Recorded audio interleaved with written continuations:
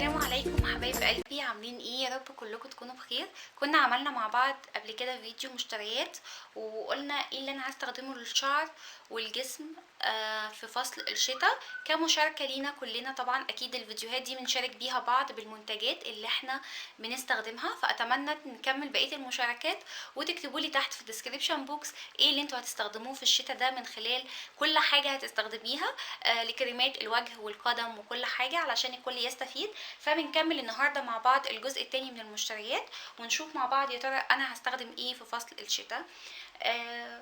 طبعا احنا كلنا جبنا كريمات من الاغلى للارخص، وفي اللي عجبنا وفي اللي ما عجبناش، وفي اللي بيناسب بشرتك وفي اللي بيناسب مش بيناسب بشرة تانية. فانا تمام زيك بالظبط، بس حبيت كنوع من التغيير ان احنا نجيب، وما زلت في مرحلة التجربة. اول حاجه انا جربتها قبل كده وهي من شركه نيفيا. شركه نيفيا طبعا احنا عارفين ان هي شركه المانيه وغنيه عن التعريف، وانا بعشق نيفيا فعلا. وعملت ريفيو قبل كده عن كريم بزبده الكاكاو فظيع جدا، لو لقيتوه بجد في فصل الشتاء جيبيه مش هتندمي ابدا. الكريم ده انا جايباه للوجه كنوع من التغيير برضو، ان انا استخدمه في الشتاء ده واشوف تاثيره معايا. تمام، لاني جربته قبل كده في الصيف ما جربتوش في الشتاء، فهشوف برضو تاثيره معايا ايه وهقول لكم النتيجه. الاسعار كلها هسيبها لكم تحت في الديسكريبشن بوكس. تاني نوع هي ماركة اسمها اركونيم. الماركة دي ماركة تركية، اول مرة استخدمها. فحبايبي اللي استخدموها كغسول للايد او كريمات للايد او للوجه، اتمنى تقولوا لي تجاربكم ايه تحت معاها، علشان يعني كنوع من التحفيز كده تحفزوني ان انا استقبلها كده باشراقه وابتدي ان انا استخدمها. جايباها برضو للوجه، هو بلمسه اللؤلؤ. تمام، هو اكيد لونه ابيض من جوه، بس انا عشان لسه العلبه زي ما انتم شايفين ما اتفتحتش.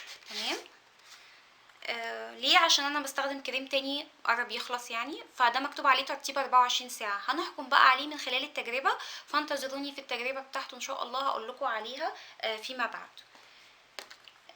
الكريم اللي بعد كده اللي انا بستخدمه دلوقتي اللي جبناه من شهر، اللي هو 21 كريم. الكريم ده فظيع بجد، فظيع جدا جدا جدا.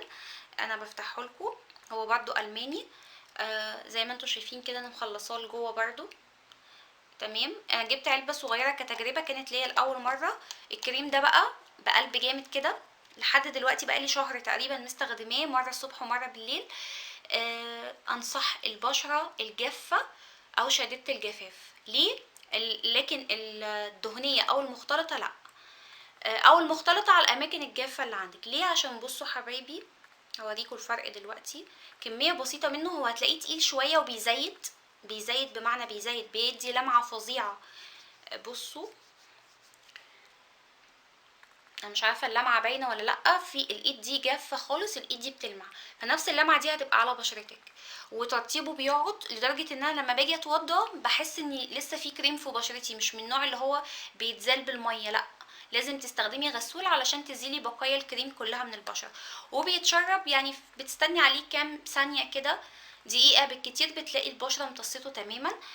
بس حلو، حلو قوي في الترطيب بتاعه، جميل. بس انا ما استخدمتوش بره البيت علشان للامانه، لاني انت لو استخدمتيه بره البيت لازم تحطي صن بلوك، لان هو ما فيهوش نسبه حمايه من الشمس. فالكريم ده هتلاقيه في كارفور وفرع باندا في 6 اكتوبر. تمام، عشان بس انا سالت لكم البنوتات اللي جابوه، لان في بنات جابوه في مصر، فده موجود في مصر حبايبي في كارفور وباندا. تمام، فده الكريم برضو اللي كنت استخدمته في بدايه الشتاء معاكم الشهر اللي فات. نيجي بعد كده كريم الايد والقدم.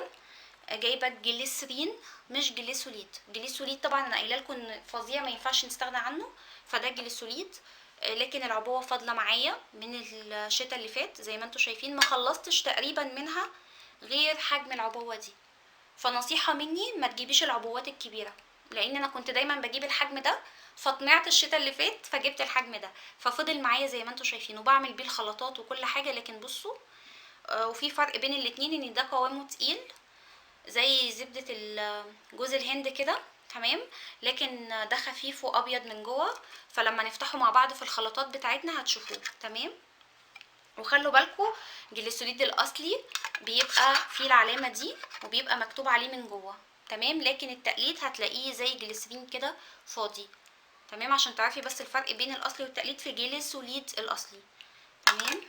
فحبيت بس اقول لكم المعلومه دي، وصناعته طبعا المانيه لازم تتاكدي منها. طيب فازلين برضو نفس الكلام، مفيش حد بيستغنى عنه ابدا. برضو جبت العبوه دي اللي هي 120، بحبها جدا. الكبيره ما انصحكيش بيها ابدا لانها بجد هتتبهدل وهتتملي ميكروبات وفيروسات كل ما تفتحي. جربت منه زبده الكاكاو ما عجبنيش، فده فعلا ممتاز. ولو هتجربي الفازلين لاول مره انصحك تجيبي اللي هو الخام ده، بجد فظيع.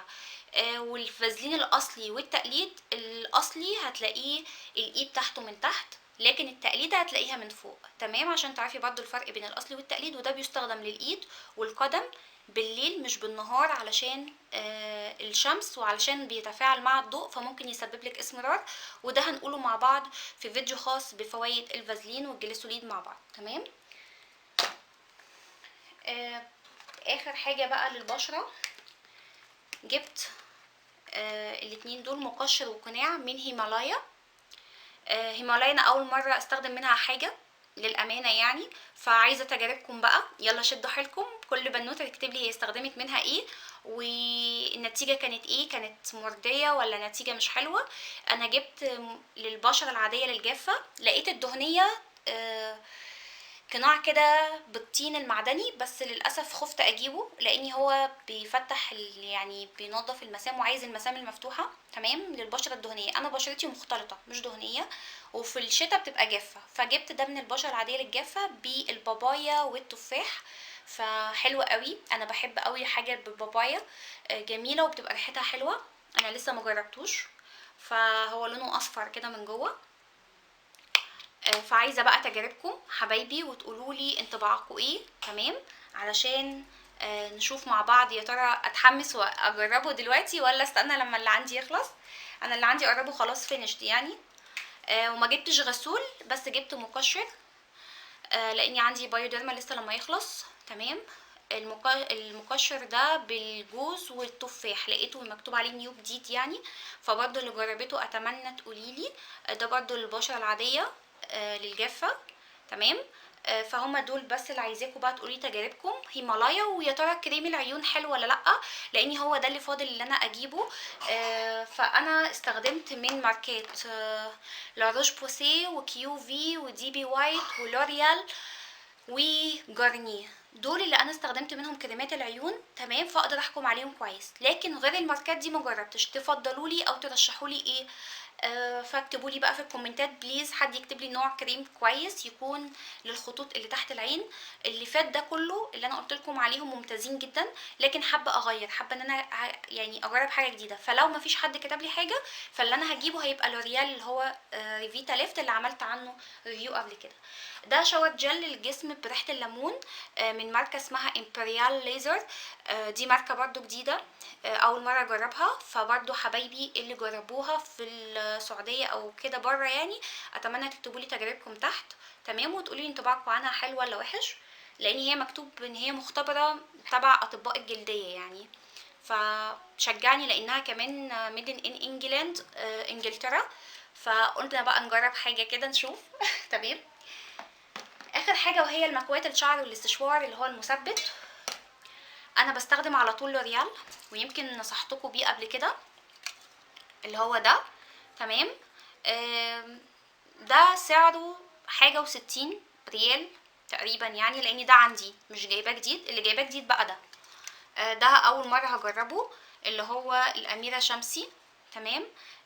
برنسس شمسي، ده انتاج سعودي، فلسه اول مره اجربه. بس سعره رخيص يعني، في حدود 15 ريال او 20 ريال في الحدود دي، ففرق سعر جامد جدا. وشفته في بعض الاماكن اللي انا رحتها الصالونات، فحبيت ان انا اجربه. فهشوف لو زي ده بديل ليه ارخص هقول لكم اكيد، لكن انا متاكده ان لوريال ملهاش اصلا بديل يعني. لكن كان نوع من التجربه، فحبيت برضه اوديكم ده لو حد جربه يقول لي. تمام، اسمه برنسس شمسي انتكس رز. حبايب تمام. قلبي، وما تنسوش الخلطة اللي اتفقنا عليها وحبايبي طلبوها، وهي خلطة اللوشنز السحرية اللي احنا هنعملها مع بعض ونتفادى بيها اي خشونة ممكن تحصل في فصل الشتاء، وكمان ترطيب بيدوم اكتر من لما تحطي انتي كريم او لوشن لوحده. بجد ترطيب مكثف زي ما بنقول.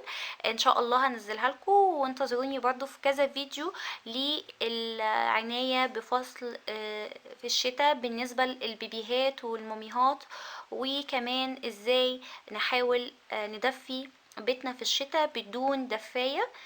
دي بعض الموضوعات ان شاء الله اللي هتنزل لكم الاسبوع القادم علشان تكونوا مستعدين لحاجات الشتاء. وكل سنة وانتم طيبين، ومع السلامة.